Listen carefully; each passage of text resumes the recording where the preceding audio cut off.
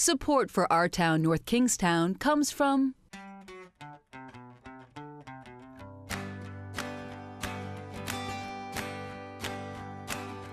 Dave's Marketplace is a proud supporter of Rhode Island PBS. The Inside Scoop, offering 64 flavors of homemade ice cream, non-fat frozen yogurt, ice cream cakes, and a mobile ice cream cart for your next event. The Inside Scoop, proud to support Rhode Island PBS and Our Town, North Kingstown. Natelli Systems takes pride in their software consulting services, just as Rhode Island PBS takes pride in their programming. Natelli Systems, proud to support Rhode Island PBS and Our Town, North Kingstown. and these generous contributors. The North Kingstown Arts Council, supporting the arts in our community since 1983. Proud to support Rhode Island PBS. Online at nkartscouncil.org. And Tony Jones, Omnimedia.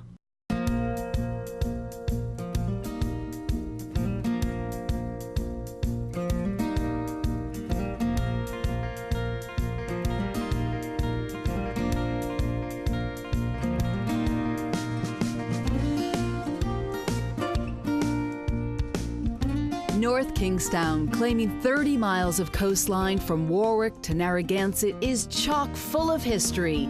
Famous painters have called it home, while other talented artists visit annually. The coastal waters off Wickford offer serenity for pleasure seekers, as well as a steady income for shell fishermen. Quonset Point Naval Air Station, once the hub of the community, is seeing a surge of innovation and new business. Families are flocking to North Kingstown, making it the fastest growing township in Rhode Island. People here are accepting of the changes the future will bring, but at the same time, treasuring the beauty of the past. Your friends and neighbors welcome you to our town, North Kingstown.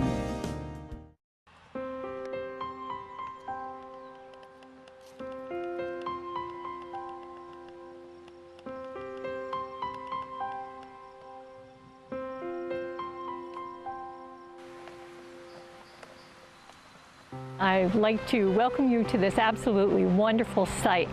We have 23 beautiful acres. We have the house where Gilbert Stuart was born. That was built in 1750 to house the Stuart family and their business.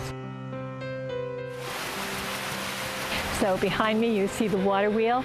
That operated a mill that was used for grinding tobacco into a product called snuff. But wait, we have more. We have a beautiful mill pond, stream, 23 acres with walking trails. One of the other things that we have here on our site is a fish ladder. And there's a kind of fish that live in the ocean called river herring. The river herring migrate just like the salmon do. They're an anadromous fish, meaning they live in salt water but go to fresh water to spawn. So all the fish that were born here in the Gilbert Stuart Pond return to spawn here. 6.3 miles up the narrow river, over our fish ladder and into the pond here.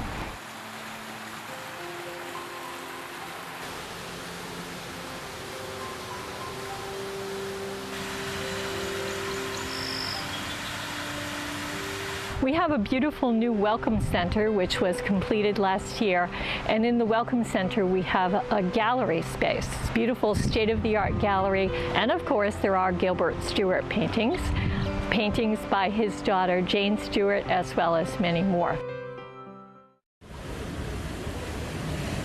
At the end of the race, when you're returning to Wickford Harbor and you see the sun setting, it's an unforgettable experience. It's so beautiful.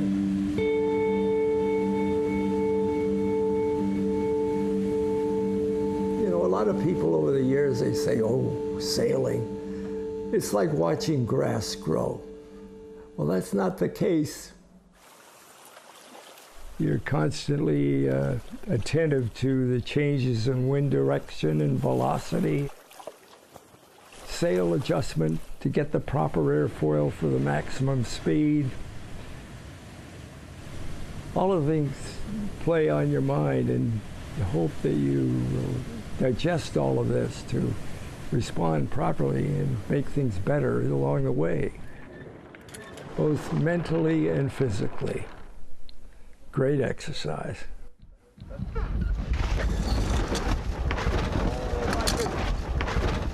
Here I am, I'll be 92 in October, and my daughter, Kathleen, is my physical therapist, and she's got me working on exercises. And we go to the health clubs together and all. I purchased Scotty 2 early in the 70s. My son Jim did such a job on Scotty. Oh, it looked beautiful. Jim would sand and sand. He had the upper part of the hull and every part just right down to the basics, and repainted her and everything just like new.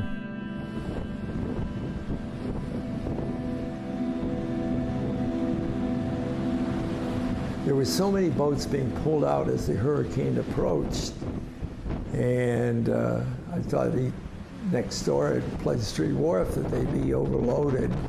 So I took everything off my boat, lowered the boom into the cockpit, and doubled up all my lines and all. I found it against the rocks here on Pleasant Street. You couldn't recognize it was a boat. It was all destroyed.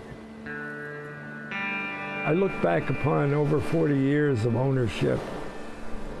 She gave me a great ride, both cruising and teaching and racing. At present, I owned a boat that took first in the Nationals 2 times here. Jim got a job out of Dallas, Texas, and had to move away. And so that left the boat in my lap. There's still a lot of work to be done in the cabin, you know, to chip off the old many layers of paint and all. But all that's on the schedule, and hopefully I'll be able to get it done within the next few weeks and get her looking back almost new again. She's still got a lot of speed. She's well-tuned, she points beautifully into the wind, a lot of boat speed. And if we use the right tactics, we might do a little damage out there and give some of these younger sailors a fit.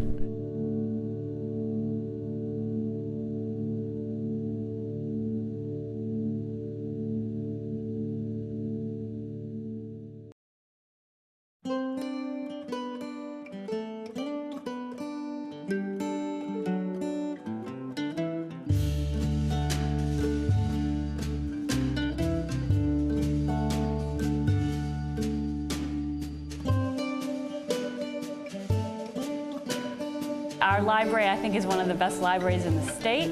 We're on a beautiful piece of property. We have a top-notch staff, and we're a busy, busy library, and I don't know that all libraries can say that. The South County Room is a repository of local history information. It was first organized in 1956 at the original library on Brown Street, was with support from the Friends of the Library. This collection includes many books. We also have a special collection of genealogical notes that was donated to the library, and these notes on particular families of the area.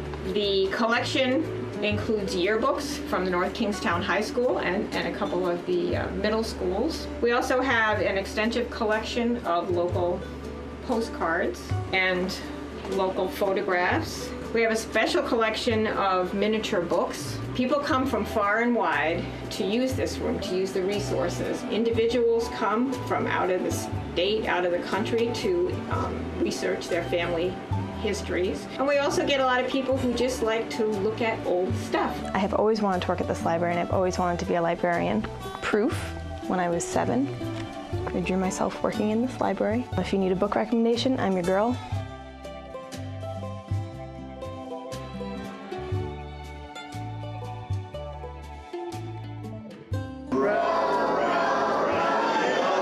Gently down the almost 30 years now. Some of the programs we offer are storytellers, magicians, musicians. We have animal programs with reptiles. My friend Shiggy is a snake, but he's not just any snake. He comes from a faraway place called California. He is called the California King Snake, K-I-N-G. Based on all my years here, I have kids that I've seen since they were a year old, and they are now graduating high school.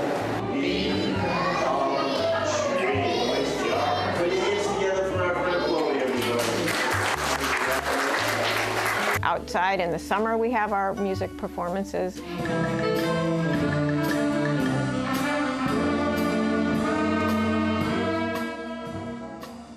I like to think of library programming as kind of a programming light. It's a chance for people to come see a short program, maybe 45 minutes long, and it might get them interested in something that they didn't know about, something that maybe they didn't know about before, but now they're really interested in it.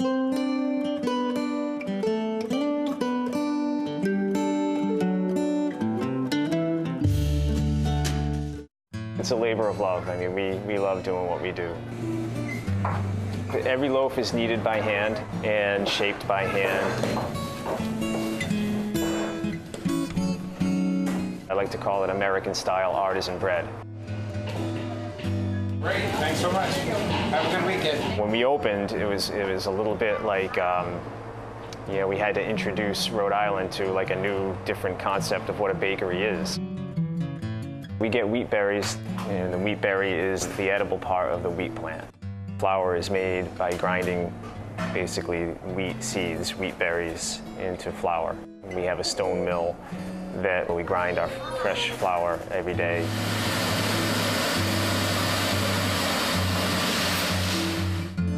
Our wheat is grown in an area of Montana known as the Golden Triangle. High Plains wheat is world-class wheat for bread baking. It's where really some of the best wheat in the world is grown. Using quality ingredients is kind of at the center of what we're trying to do. It's a mill, a grain mill. It's a stone mill. Yeah, it's granite stones that are about 20 inches around. It's a particular type of granite that is actually quarried in North Carolina. It has the right properties for grinding wheat. It has to be a very hard type of stone so that it doesn't wear down. Our flour doesn't get any further processing than just what goes in the top and comes out the bottom, and that's it. You know, a lot of commercially milled flours get heat treated or processed in other ways in order to extend the shelf life. So ours does not get any processing at all. It was my husband's dream to own the bakery, and I had just been recently laid off, so I said, oh, I'll just take up some time and help get the bakery going, and 4 years later. A lot of early morning, 4 o'clock in the morning chats, conversations, you know. We've gotten to know each other very well because we had only known each other a few years before we embarked on this bakery, so it's been good for both of us. I'll get up at about 3:30, and we come in, we start at around 4 a.m. It's about a probably 7 or 8 hour process from when we start the dough to when the bread is able to be sliced and put in a bag and put on the shelf. Making bread is truly a team effort. I mean, from the person that makes the dough to the people that are doing the kneading on the table, to proofing and deciding when it goes in the oven, to who takes it out of the oven and then slicing and bagging, and every step is important to the process. We're always trying to improve quality. I mean, that's kind of that's what keeps me awake at night is bread quality.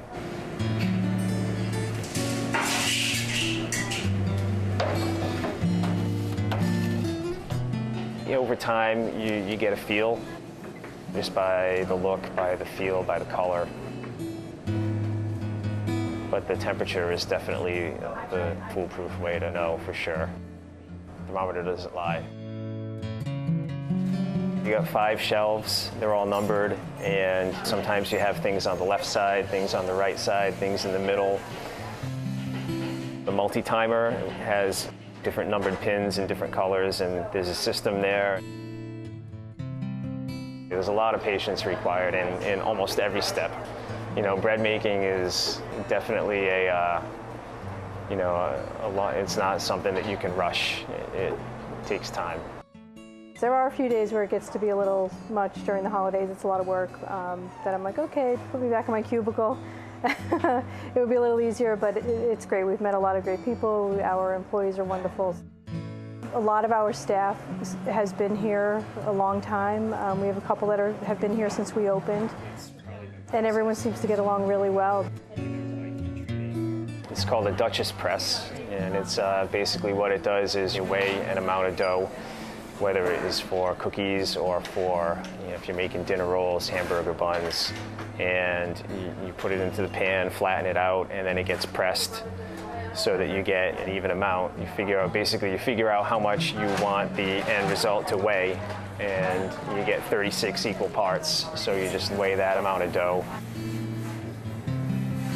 Yeah, a little bit of math, yeah. We actually have a math test on our application, on our employment application, so. It's very old-time processed, so it's, we get a lot of grandma comparisons, and I love that. I'll take a comparison to grandma any day. We love what we do, absolutely. Wouldn't trade it, not for a minute.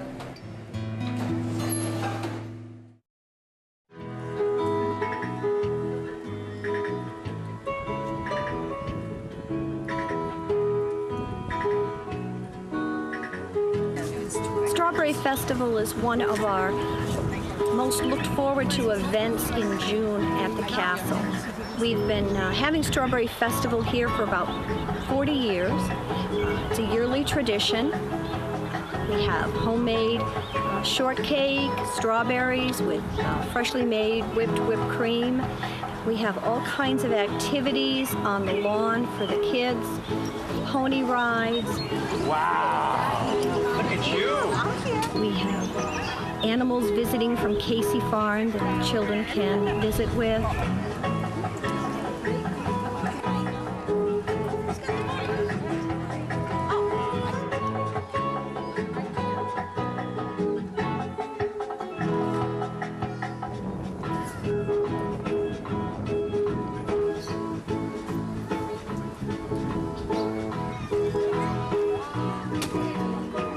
I guess I'm the Johnny Cake guy.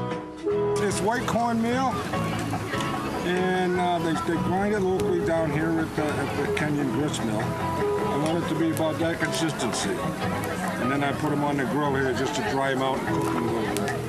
Like years ago, the settlers would put them on a big hot rock because the Indians taught them how to grind the corn up.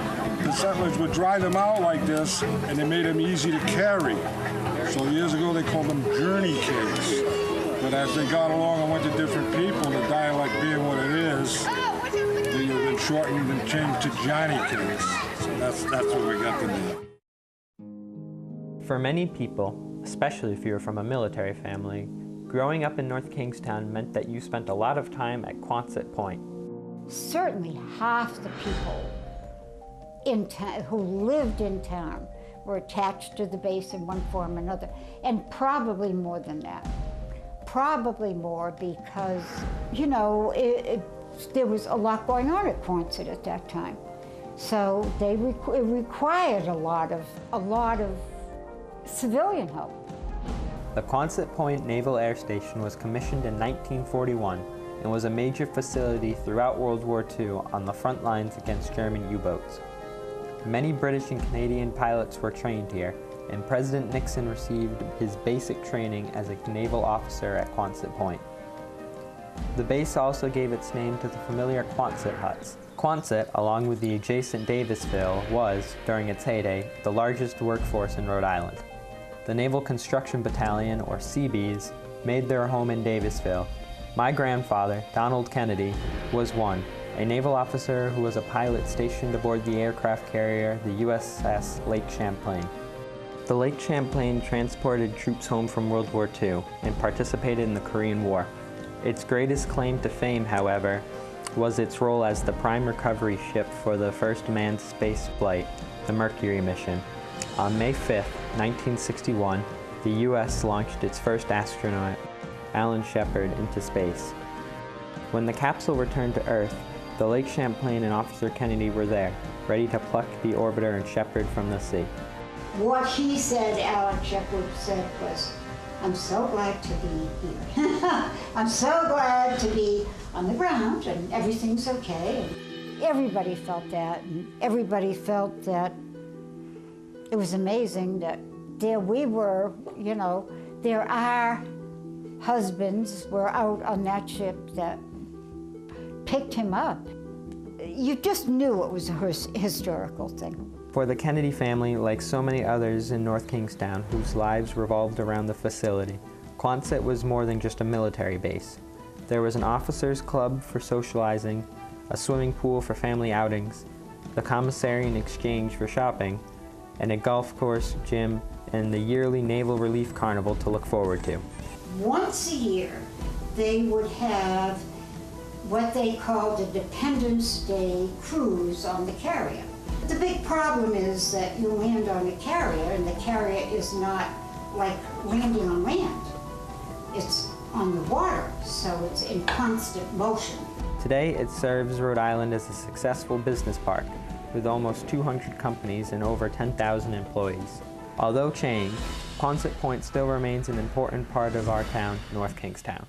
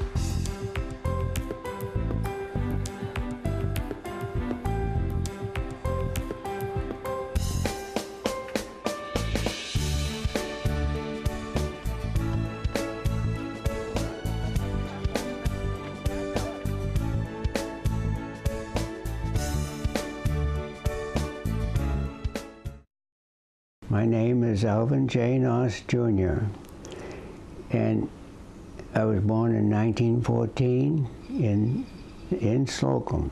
101 years next month here in Slocum.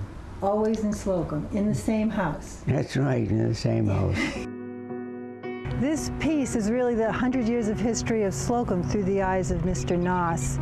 90 years ago, there was an ox cart trotting by his home. He remembers hearing horses taking his fellow neighbors to church on Sunday. My father was an agent at Slocum, and his name was Alvin J. Noss. Those people sitting out in front are waiting for the morning train to go to the city. The train would come in, would have two passenger cars. One would be a smoker, and the other would be a regular car with no smoking. And in front of that would be a railway mail car, and a baggage car. The freight used to go through there, bringing carloads of coal. The coal was something used quite a bit in those days, and so those trains would climb up Wickford Hill and go down the other side. That's by the Dry Bridge Road. And it would get to bouncing a little bit. It can't help it sometimes. The freights travel along, the cars kind of bounce, and the coal would be heaped up on the cars, and they would roll off from time to time and along those stretches where the tracks are rough and the trains go fast. My brother and I picked up some coal, and we used it to heat the post office that my mother had. So that was a help. That's a photo of my three children. They're standing under the signboard of the Slocum Station, and they're standing in the very spot where the station used to stand, where their grandfather worked. There's quite a picture. Here where Indian Corner Road meets Slocum Road, the Grange is the only present-day active reminder of the small farming community that used to be here. The hall was used for education and entertainment. They did plays, dances, lawn parties, fairs, suppers in the basement. Since the beginning, the members have won prizes for their Johnny Cakes, which are still served at the breakfast today.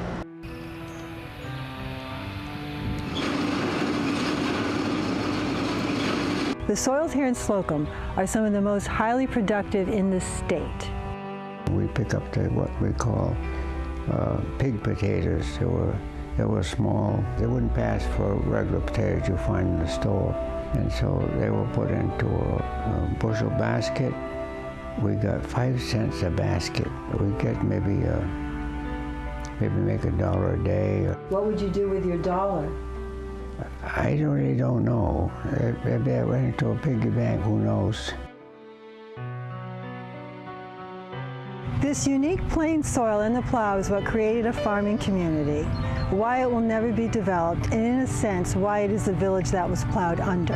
I have enjoyed watching him recall 10 decades of details. Thank you. I've been painting probably 40 years, and finally my painting teacher told me I had too many paintings and it was time to start selling them. So that's how I got started. This is the first year that I've put everything together to be an exhibitor.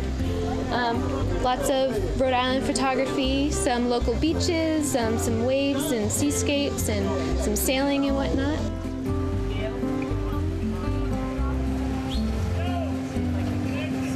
Show your love for Rhode Island and buy lemonade here. This is my 50th year. I work in pencil, black and white and color, and my favorite to do people's homes. You want to buy some raffle tickets to help support Narrow River Preservation Association? We've gone from 200 to 450 artists. When it was 450 artists, it was like Wickford was in hostage mode and nobody could move. If you're walking a festival with 200 artists, it takes a full day to see everybody. I create a lot of whimsical art, mixed media. I used to be a preschool teacher. I create different collections. I have flowers, I got sea, I've got animals. It's just a really fun world. We're North Kingstowners, and we always love to come to the Wickford Art Festival. And you guys also like the lemonade. I work in oil and acrylic and watercolor as well. I'm an illustrator. I've been doing Wickford for almost 20 years now, I believe. I love it here.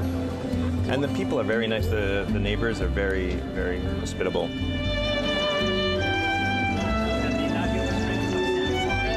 My daughter and I have recently started to do collaborative work, and this is our first piece here. It's a story in regards to generations of artists in our family.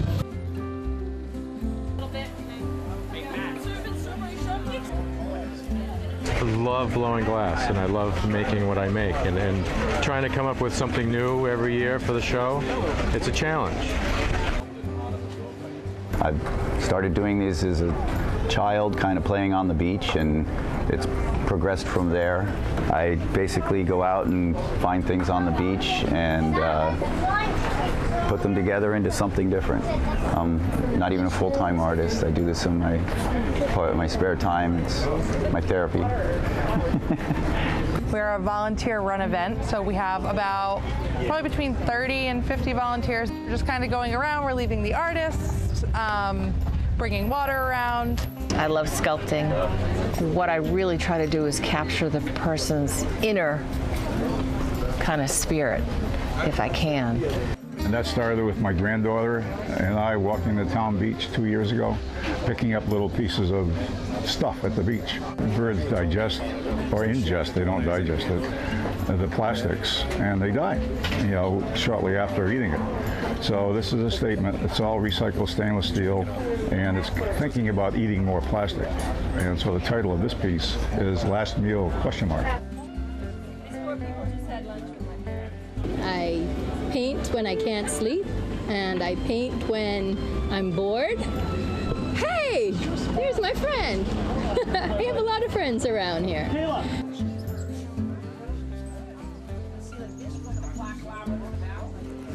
My father was an artist who was a founding father of the Wickford Art Festival. And in 1955, I've got photos that show his first art festival.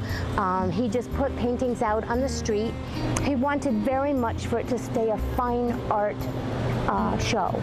Over the years, he taught many children and adults art. He felt that it was very important to teach art and to get people interested and to become lifelong artists. I think art is so important these days.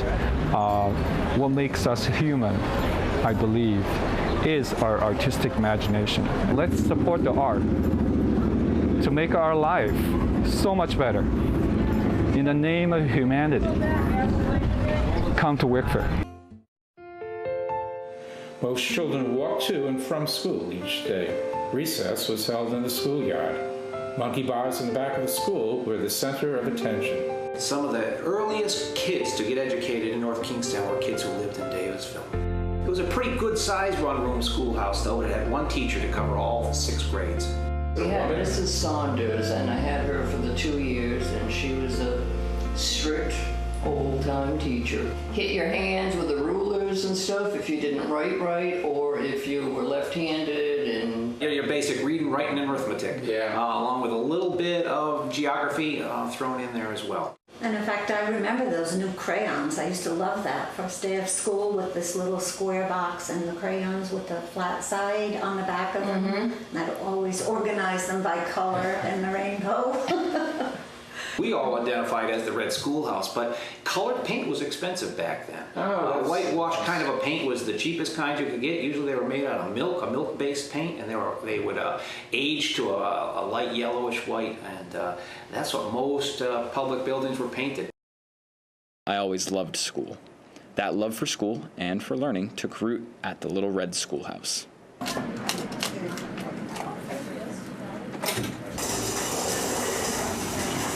How about some grape juice, grapefruit also? We started with a little closet to store the food in United Methodist Church, and in fact stayed in the premises of the United Methodist Church for the next 32 years. It tells us who brought the, like St. Bernard's Church brought this in, and 12 pounds. We maybe saw 10 families a month, and I did all the deliveries because I thought if they needed food, they obviously couldn't afford the gas. Would you like to move from the little closet at the Methodist Church into a bigger building? That's a very frightening thing at that time, but I thought, why not?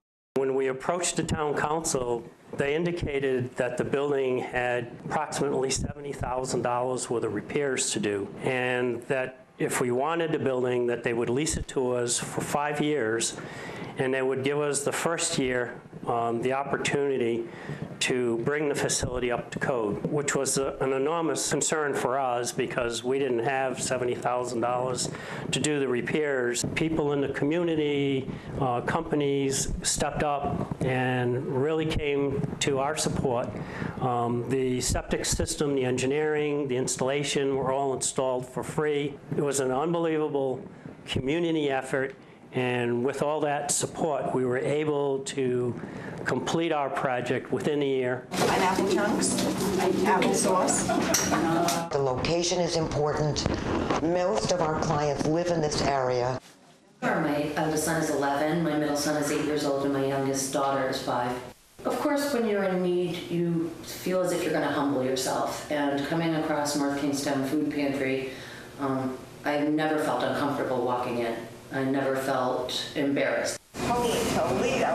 I can't believe all this dessert. I know. I happen to have been born during the Depression, and that was very difficult times for my family. Every once in a while, I remember when I was little and we, had to walk a great distance to get the milk and bread and food, and it was nothing like this. All right.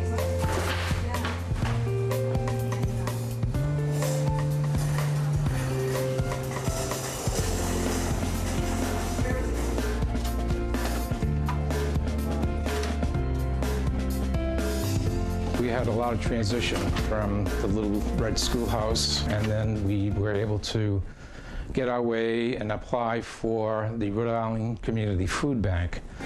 This allowed us to expand our food services as we can feed more and pay less. This has been something that we've been able to do now for the last year, going into our second year. And so far, we've been able to keep up with the demand. There will always be a demand as the economy fluctuates, but at least we are doing our part. I do it because it's fun, and you're helping the community at the same time. It's a very loving environment, and people make sure that they make you feel very comfortable. Right. Not as if you're begging for help. They extend their hearts, and obviously, the food is being donated by somebody, so it's surely coming from love. Some of the things that we're looking at doing now are how can we help our clients have a better understanding of the food that we have available at the pantry. And so this year we wrote a small grant, and we're doing our first class to help people understand what to do with fresh produce. The Little Red Schoolhouse has been in this town for over 100 years as a resource for the people of North Kingstown from an educational perspective. Now we would like to stay here for another 100 years as an educational resource with a food perspective. Come on, baby. Pick up. Stop the ball. Stop out! Everybody get up, let me see your hands. Throw them up, toss them up, holding up your cans. Ladies, let me see you shake that. And fellas, get a good lean back. If you don't got a drink, get one in your hand. And ladies, throw them up if you don't got a man. It's good for the community, and it helps people bridge gaps. Bridging the gap. This program was started to offer underserved youth an opportunity to have wellness programs right in their own neighborhood. So there's no accessibility problems and no affordability issues. We are located in the complex of Crossroads or Kingstown Crossing. Jay Spence started the program last year, running it with 5 sessions, 5 coaches. We have dedicated coaches who volunteer their time. And we have a great group of young men who actually are members of the team.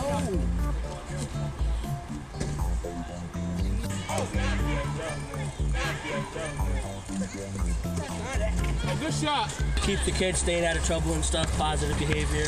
So everybody can come together as a group and just work together. Oh, good pick.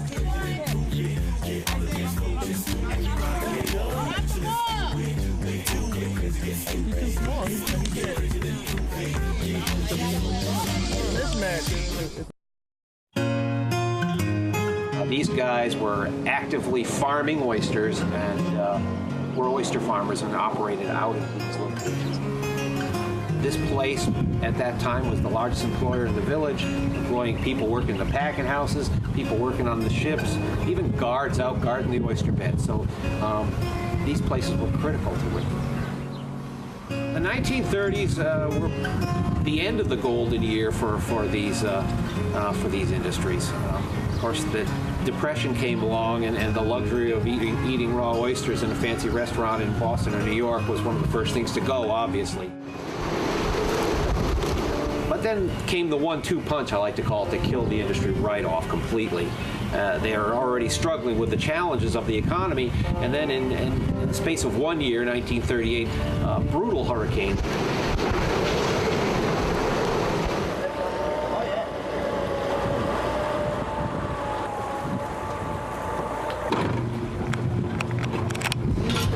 This is where the magic happens. This is where we put all our seed. It comes from our hatcheries. We usually leave this in here for about 3 to 4 months. In here we actually have 8 different silos. We have 3 different upwellers running, and we go through them at least once a week. We clean the oysters by hand. We power wash the screens. Once we pull one of these up, you'll see the different size mesh screen on the outflow, which allows all the water to come in and out. The bigger the screen, the more the water flow. The more water flow, the healthier, and the more food the oyster will eat.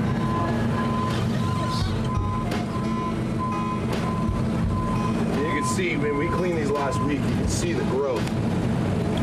We grow them, we do the nursery stage inside Whitford Harbor, and then from there we bring them out. We have 4 grow-out sites.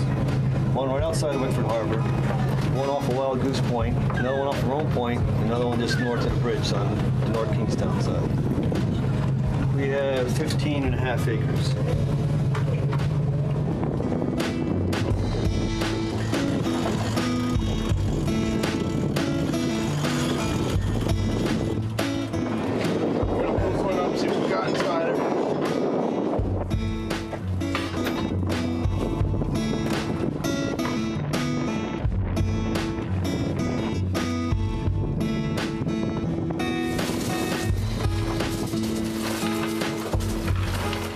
Go through, we look for any kind of dead shell, see if it's healthy. This is all new growth that this oyster's probably put on in the last 30 days or so. So once the water warms up, they take off. We call it popcorn time. These are a year old.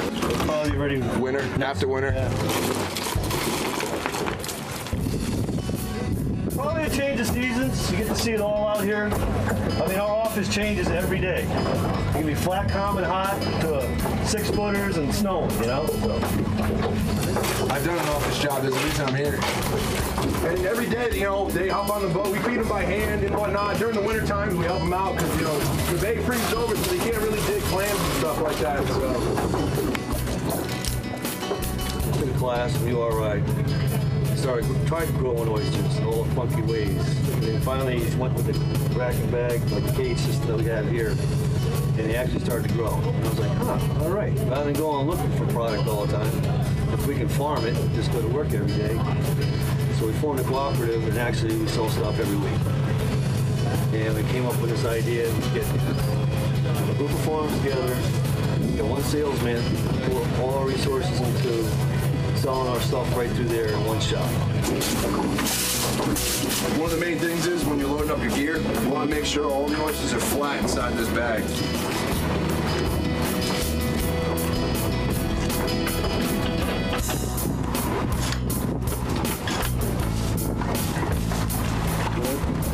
You're not going to get an oyster fresher than this, especially right off the farm. Nice meat. Nice, crisp, clean shot. Send her down, buddy. These right here, how big this oyster is right here.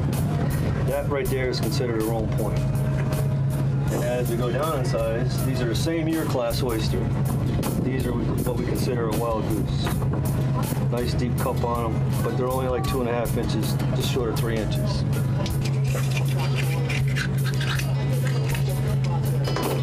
Look at these meats in there, huh? Isn't that nice? Oh my God.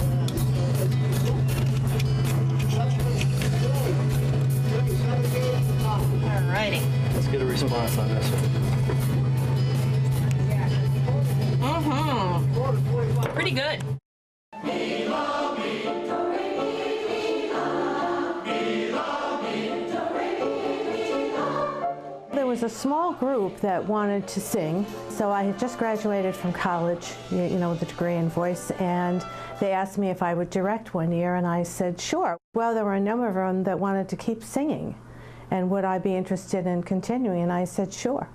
So that was it. We sang uptown outdoors. We rented the library, and we performed here. We had about 20, 22 singers. And they enjoyed it. They kept bringing their friends. People heard us perform. They joined in. And now we have over 100 singers. I was looking for another chorus to do, and I'm not the most serious person in the world.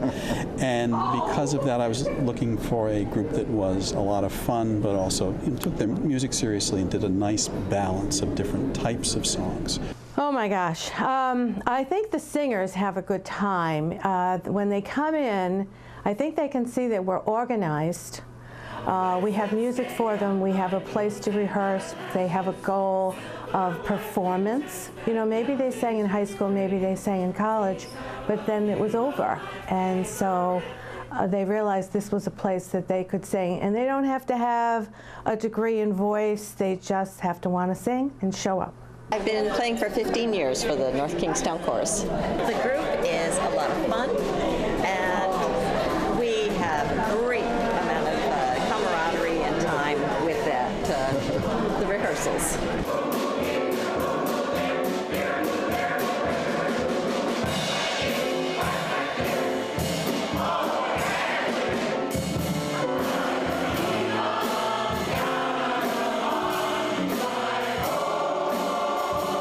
This is just my second year, and I'm having an absolute ball. This is such a wonderful organization, a wonderful group, dedicated people, wonderful musical direction, wonderful camaraderie.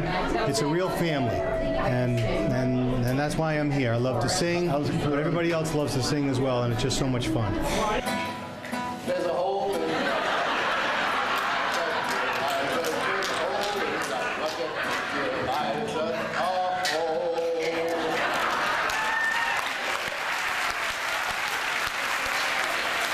We make them laugh, and the next minute I hope we make them cry.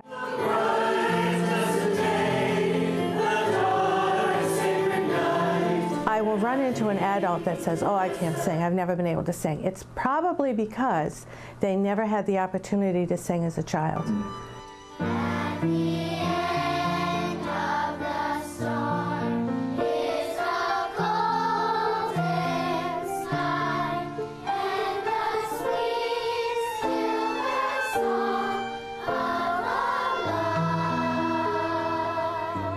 I realized that not every elementary school in town had a youth chorus.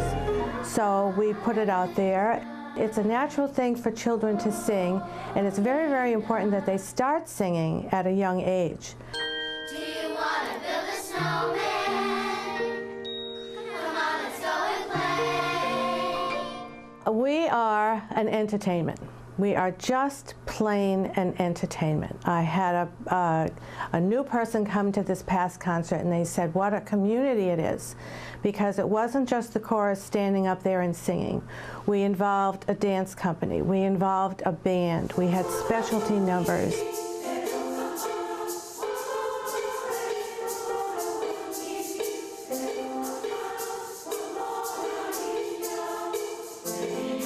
I take a small group of girls, and they all want to do it. They love it. They really love it. And I do too. I really do. I wouldn't miss this. I come every year, and I really support not only this, but the high school, the plays, and all that kind of thing. To me, this is Broadway for me. 3 of my now grown children have been in the chorus going way back. The oldest one is now 45. The youngest twins are 34. We've always sat right here in the front row.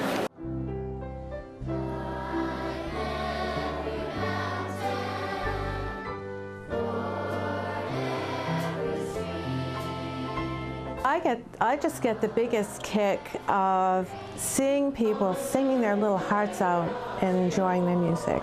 We were invited by the town and the parade committee to be part of the Memorial Day and the Veterans Day parade. We provide music. We play all our old patriotic songs.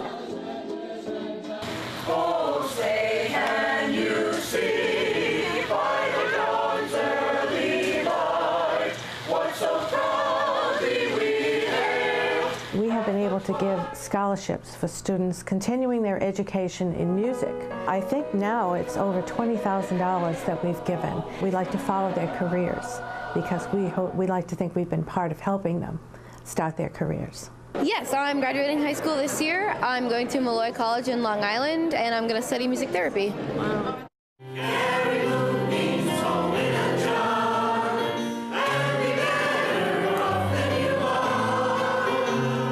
They still hold it together, and every song has a different purpose and feeling, and they get it, they convey it, and that's the whole thing about music, is to express what it's all about.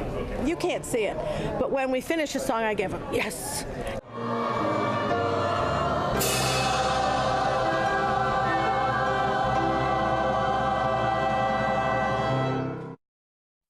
The Glorietta 2 with Paul Loring at the helm and his trademark little beard and hat was a common sight here in Walford. He had commercial art, political and editorial cartoonist work, and his fine arts. He's illustrating books for historical associations, and on top of all this, doing his own work. He was passionate about the history, the maritime history of New England, particularly about boats, sailboats. A lot of these things ended up in Yankee Magazine too, so he was everywhere. I mean, he liked hanging out in the local pubs and gathering sea stories. That's what he was really all about, was trying to capture that era.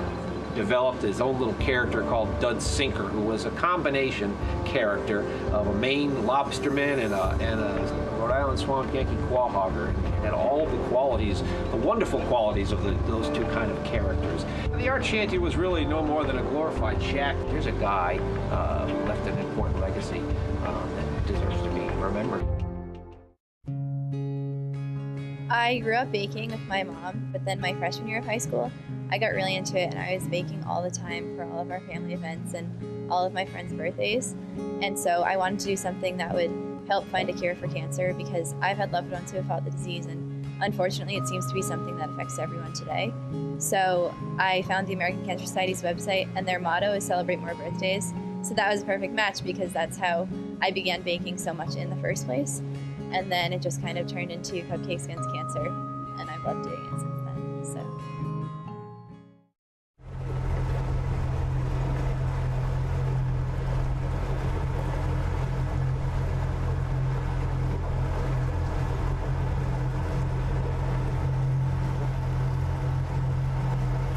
I'm the North Kingstown Harbor Master. I've been here about 5 years. Basically, job entails, you know, keeping people from acting up on the water, speeding, unfortunately saving lives at different times. Here's a boat that was sank.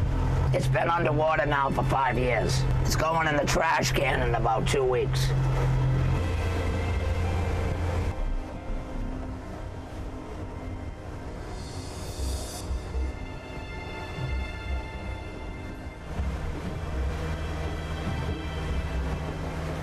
People yelling at me. It's amazing how people like, my God, I would never think of, you know, you're in a boat that says police all over it and they're yelling at you.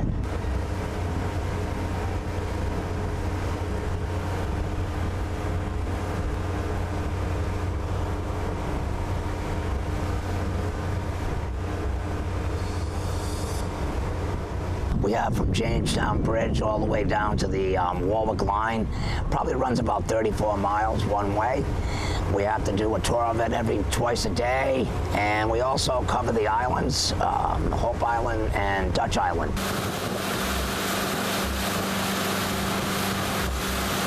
All right, hang on.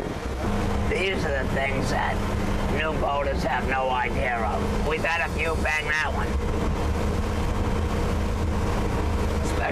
Especially at night.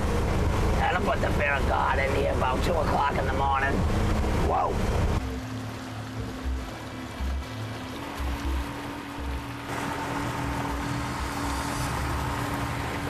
So it pretty much keeps us busy throughout the summer. Town's basically a big tourist place, and we're here to make sure that everybody comes in and has a good time.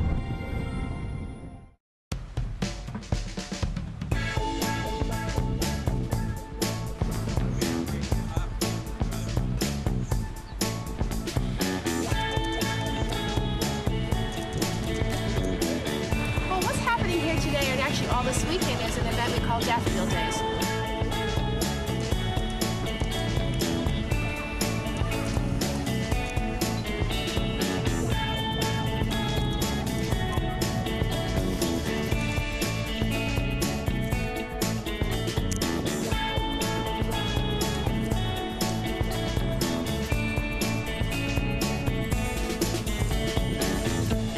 Celebrating spring, we're celebrating warm weather. It's been a long, cold winter. We're happy to get some color into the village.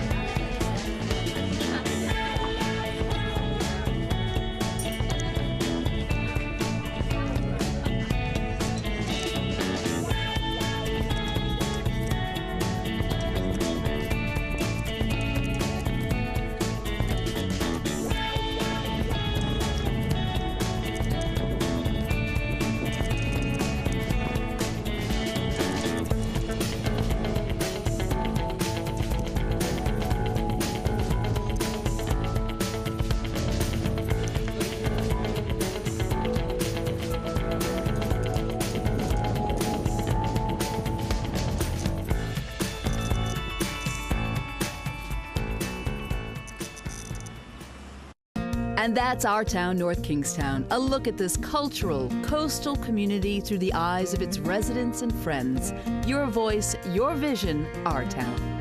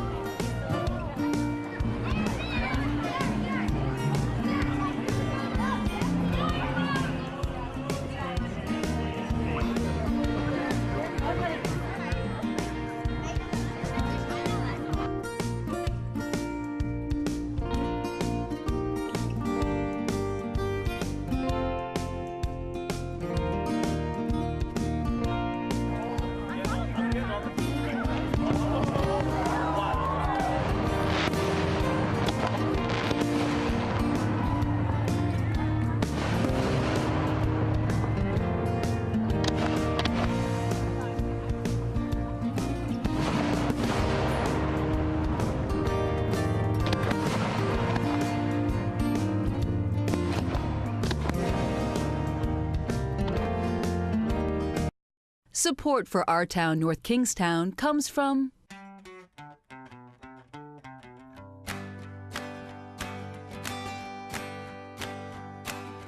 Dave's Marketplace is a proud supporter of Rhode Island PBS. The Inside Scoop, offering 64 flavors of homemade ice cream, non-fat frozen yogurt, ice cream cakes, and a mobile ice cream cart for your next event. The Inside Scoop, proud to support Rhode Island PBS and Our Town, North Kingstown. Natelli Systems takes pride in their software consulting services, just as Rhode Island PBS takes pride in their programming. Natelli Systems, proud to support Rhode Island PBS and Our Town, North Kingstown. And these generous contributors.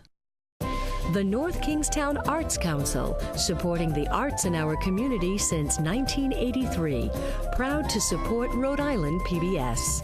Online at nkartscouncil.org. And Tony Jones, Omnimedia.